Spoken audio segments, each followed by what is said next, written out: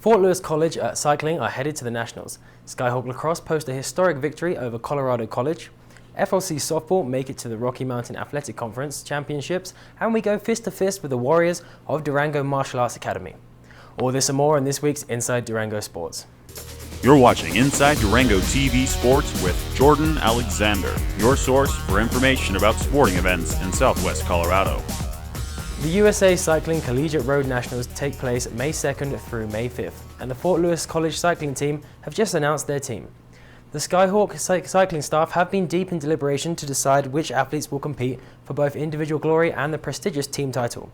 The student athletes selected will compete in their team time trial, criterium and road race. So without further ado, the chosen ones are Sophia Gomez-Villafane, Evie Crawford, Jenna McPherson, Sydney Edmondson, and Maddie Chavez for the women's team. And the men's team will comprise of Griffin Easter, Dean Haas, Renan Mayer, Zach Noonan, Nathan Kavalek, and Max Tillen. The Skyhawk team head to Nationals after a second place finish in the Division I Rocky Mountain Collegiate Cycling Conference, which they would have won, says road coach Ian Burnett, but bad weather prevented the team from traveling to the Colorado University weekend of races. For more information on each individual athlete, visit cycling.fortlewis.edu. Coach Kira Zaita and her Skyhawk softball team headed into last weekend of the regular season in the hope to secure a playoff place in the Rocky Mountain Athletic Conference postseason tournament. Fort Lewis earned a spot, but only narrowly, as they claimed the final seed of the 8-team tournament. The Skyhawks took one win from 4 games against Chadron State College last weekend, but that proved enough to edge out Colorado Christian in the race for the playoffs.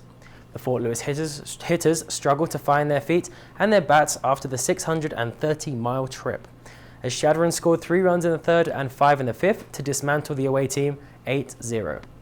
Missy Fundora was the only Hawk to gain a hit in Game 1, which ended with a walk-off grand slam. Chadron's defense returned for the second game in a similar mood. They won the second 6-0 and held the Skyhawks at 2 hits. Victoria Johnson and Kylie Riker started as pitcher in Game 1 and 2 respectively. Johnson surrendered 3 earned runs on 5 hits and had 5 strikeouts, whilst Riker gave up 6 earned runs on 6 hits. After a night's rest and presumably some stern team talks, FLC came out in a more positive manner for Game 3. They went 2-0 up in the first inning through RBIs from Giovanna Rios and Mindy Thompson.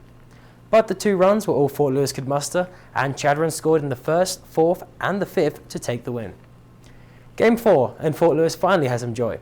They recorded their first win of the series in an exciting 12-5 extra innings victory to clinch a playoff spot. The Skyhawks held a 5-1 lead at the bottom of the 5th, but Chadron Eagles fought back to tie the game in the 7th, which sent the game into extra innings. The 8th inning will go down in Skyhawk history as the calm before the storm, as no runs were scored. But the 9th inning saw fireworks. Kamali'i Peneku drew first blood to score off an error for a 6-5 lead. Then Fundora stepped up to the plate and smashed a 3-run home run to extend the Skyhawks score to 9. Chelsea Rodriguez then hit a 2-run home run to score herself and Adriana Rossenhauser. And to add insult to injury to a shell-shocked Chadron State, Giovanna Rios sent the ball over the boundaries to score the 3rd and final home run of the inning. Final score 12-5. As the 8th seed, the Skyhawks faced top seed Colorado State Mesa University on Thursday in the double elimination tournament. A tough first opponent, but as my mum always tells me, to be the best, you have to beat the best. A historic win for Fort Lewis Lacrosse saw 5 different goal scorers and a hat-trick by Jessica Norby as the Skyhawks beat Colorado College for the first time in program history. The win promotes FLC to 9-6 on the year and now head into the RMAC tournament as the number 2 seed. Saturday's home game also marks senior day for 6 Hawks: Amanda Corker, Kylie Smith, Toki Prodnuk, Jessica Norby, and the dynamic duo of Abby and Ali Kavidra. 2-0 down after 8 minutes, Jessica Norby celebrated her senior day in style with back-to-back goals to tie the contest at the end of the half. Jan Werner scored the 1st and 4th of 5 back-to-back goals for the Skyhawks to jump to a 7-2 lead. Senior Ali Kavidra added the 2nd with an unassisted effort before Jessica Norby completed her hat-trick to round off a fantastic end to the regular season for her. Sophomore midfielder Ellie Carpenter completed the rout with a solo score of her own. Colorado College reconciled themselves somewhat with 2 quick goals in succession, but Abby Kavidra squashed any thoughts of a comeback as she scored with 9 minutes left in the second half. Alyssa Spencer made 15 saves in goal, which proved vital as Colorado College outshot Fort Lewis 28-26. Spencer also led the Skyhawk ground ball game with 4. Fort Lewis will face Mesa University on Friday with the winner against Regis University in the final. Go Skyhawks! It's now time for another weekly dose from the School of Skills. This week we go full contact with Matt Young and Ryan Worth from Durango Martial Arts Academy as they teach us some jiu-jitsu takedowns, sweeps and some Mortal Kombat-esque finishes.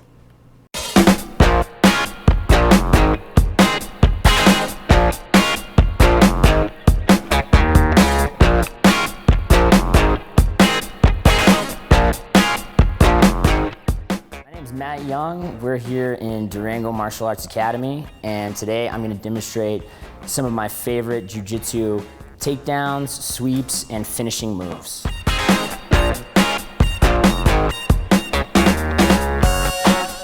I'm going to demonstrate a drop Sanagi into an armbar finish. I'm going to reach out and grab hold of my opponent's gi. He's going to grab a hold of my gi as well. What I'm going to do now is I'm going to drop down to act as though I'm going for a takedown. He's going to hide his legs and step away. What I'm going to do next is step across, turn my back, and drop my body in between my opponent's feet. Drop down. Now I'm going to give a little pull on his collar and send him all the way over my head. I'm going to hold on to my grips, slide my shin across his chest, slide my other leg over his head, and fall back. Now I can release my grips, grab his arm, hug it tight, squeeze with my legs, and drive my hips up to break his elbow.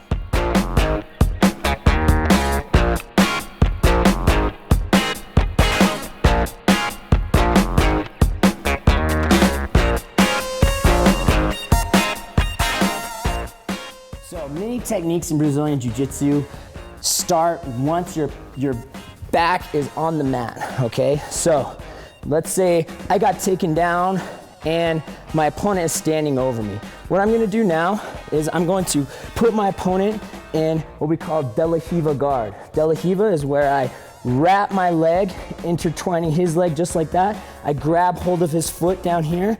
My other foot is posted on his leg, and I can keep my opponent away or pull him in, whatever I wanna do. Now what I'm gonna do is I'm gonna reach my free hand up to my opponent's belt, just like that. I'm gonna start to pull on his belt so that his balance gets pulled into me more.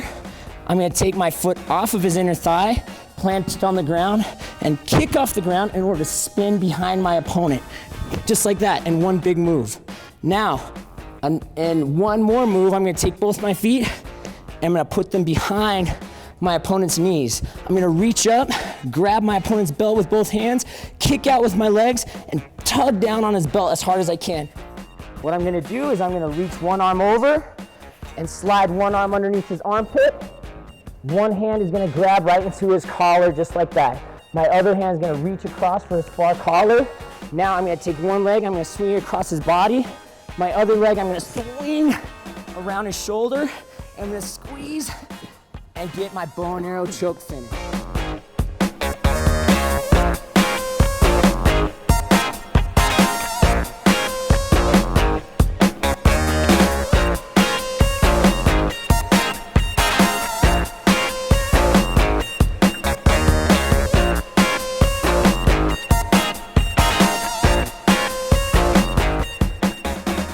So we're Matt Young and Ryan Worth. That was drop Sanagi to an armbar finish and De La Riva guard to our opponent's back with a bow and arrow choke finish. I would like to invite anybody who's watching to come down to Durango Martial Arts if you're interested in trying Brazilian Jiu-Jitsu, Judo, Muay Thai kickboxing, mixed martial arts, to please come down and try a free class with us.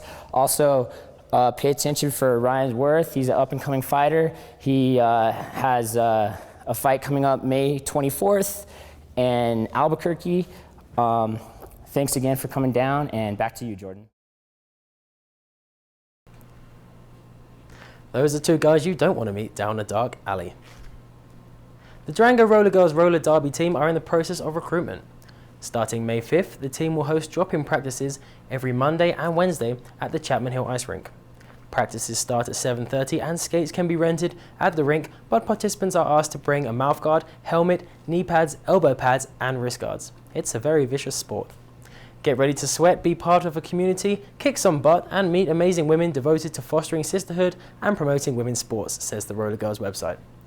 For more information, visit DurangoRollerGirls.com.